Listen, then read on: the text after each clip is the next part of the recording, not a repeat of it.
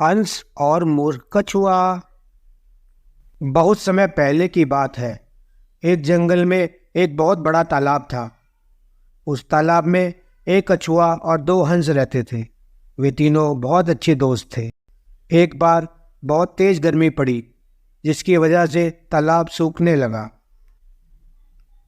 एक हंस ने दूसरे हंस से कहा, इस तालाब का पानी बहुत तेजी से सूख रहा है।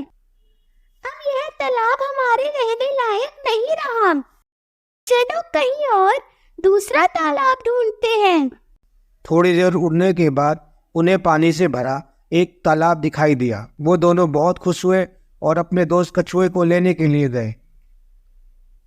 दोनों हंसों ने नए तालाब की खूब तारीफ की, जिसे सुनकर कछुआ रोने लगा और बोला, अगर मैं भी तुम्हारी तरह उड़ पाता तो मैं भी नए तालाब में तुम्हारे साथ रहने के लिए जाता।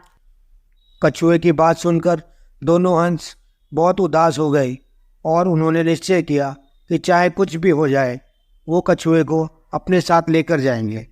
उन्होंने कछुए से कहा, तुम हमारे पक्के दोस्त हो, हम तुम्हें यहाँ नहीं छोड़ सकते। कछुआ बहुत खुश हुआ और बोला, तुम दोनों अगर एक लकड़ी के दोनों सिरों को अपने अपने मुंह से पकड़ लो और मैं उसे अपने मुंह से बीच से पकड़ लूं, तो इस तरह से मैं भी तुम्हारे साथ उड़कर नए तालाब में रहने जा सकता हूँ। बहुत अच्छा उपाय है, पर इसमें खतरा भी बहुत है। तुम वादा करो कि चाहे कुछ भी हो जाए, तुम अपना मुंह नहीं खोलोगे। अगर तुमने मुंह खोला तो तुम इतने ऊपर से नीचे गिरोगे कि तुम्हारी जान भी जा सकती है। कछुए ने ऐसा ही किया और अब वह तीनों आसमान में उड़ने लगे। उड़ते उड़ते जब वो एक गांव के ऊपर से जा रहे थे, तो उड़ते हुए कछुए को देखकर गांव वाले खुशी से चिल्लाने लगे, अरे अरे देखो देखो, उड़ता हुआ कछुआ।